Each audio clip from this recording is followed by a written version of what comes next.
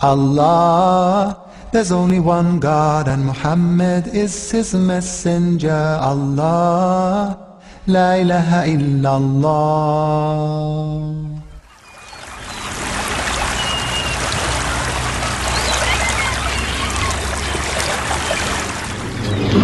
أعوذ بالله من الشيطان الرجيم بسم الله الرحمن الرحيم إن الحمد لله نحمده ونستعينه ونستغفره ونعوذ بالله من شرور أنفسنا ومن سيئات أعمالنا من يهده الله فلا مضل له ومن يضلل فلا هادي له وأشهد أن لا إله إلا الله وحده لا شريك له وأشهد أن محمدا عبده ورسوله أما بعد خير الحديث كتاب الله وخير الهدي هدي محمد صلى الله عليه وسلم وشر الأمور محدثاتها وكل محدثة بدعة وكل بدعة ضلالة وكل ضلالة في النار. We begin by praising Allah. We praise Him, we seek His help, and we ask for His forgiveness. We seek refuge with Allah from the evil of ourselves and from the evil consequences of our evil actions. Whomsoever Allah guides, there is none to misguide, and whomsoever Allah lets to go astray, there is none to guide. And I testify and bear witness that there is no one worthy of worship except Allah, and He has no partners. And I bear witness that Muhammad sallallahu alaihi wasallam is the servant of Allah and His final messenger.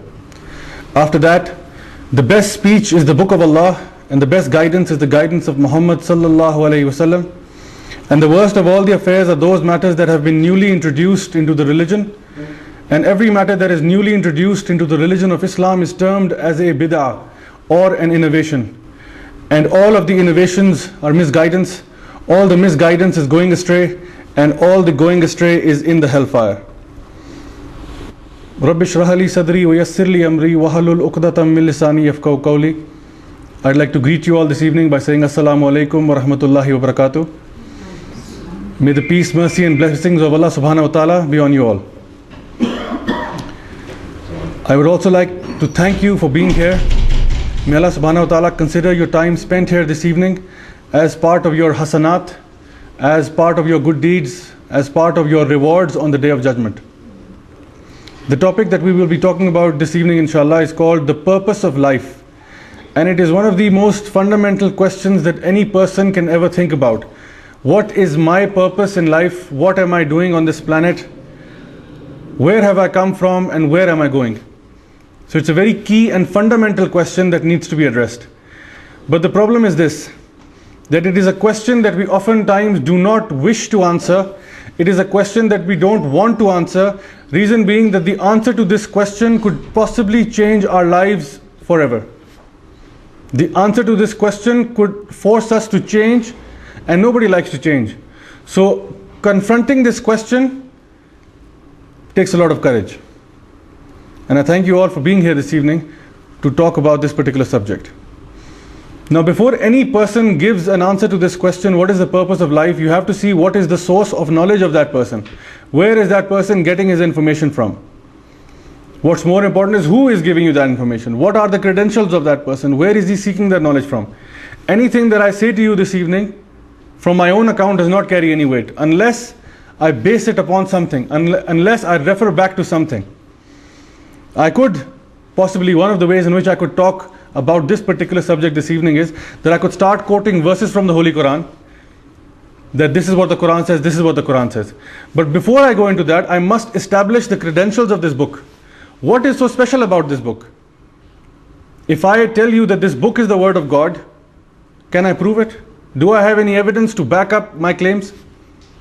So first things first, we have to prove that this is in fact the only book available to mankind that is in its entirety the word of God and of nobody else. So we will have to start with that fact, establishing that this book right here is the word of God and of no man. The agenda for this evening will be to give you information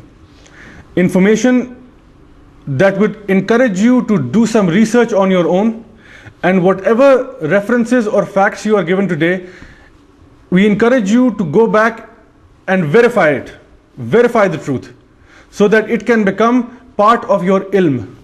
Because having knowledge which is just based on hearsay, that I heard somebody talk about it and then I heard somebody else talk about it, is not sufficient. Once you go home and research on this, you will make this knowledge part of your ilm. You will know that whatever references I gave you were actually true. I wasn't talking out of my own whims and desires, I was basing it out of something. So this is something that we must do if we want this knowledge to become part of our ilm. But the condition to absorb this kind of knowledge is that we have to listen with an open heart and an open mind. An example I could give you is that if I turn this glass, empty it first and turn it upside down, and then I was to pour some more water on top of it, no matter how much water I pour on top of this glass, not even a single drop of water will enter it. Reason being that this glass is not ready to receive. It is turned upside down. It will not receive a single drop. So in the same manner, you must open your hearts and your mind to receive this information that I'm about to present to you. If you close your hearts and minds, there is no way on earth that this talk will have any impact on you whatsoever. So this is the first condition or the first requirement of getting knowledge, that we must open our hearts and minds. Another issue that we must talk about before we get into our main subject is, what is the importance of this particular question? Why do we even need to know what is the purpose of our lives? Something for us to think about. Why must we know what is the purpose of our lives? Well, the truth is that this question would determine the rest of our eternal life, that is the life of the hereafter. The life of this world is temporary. You live only a few years. Few meaning maybe 60, 70, 80, 100, sometimes not even that, sometimes 20 or 30. So you live your life here for a few years, and then your eternal life begins, the hereafter, the never-ending life, the eternal life, which is in billions upon billions of years. You cannot count it, it's infinite. So it is equally important, and we must stress upon the fact that this question, what is my purpose of life, will determine our hereafter.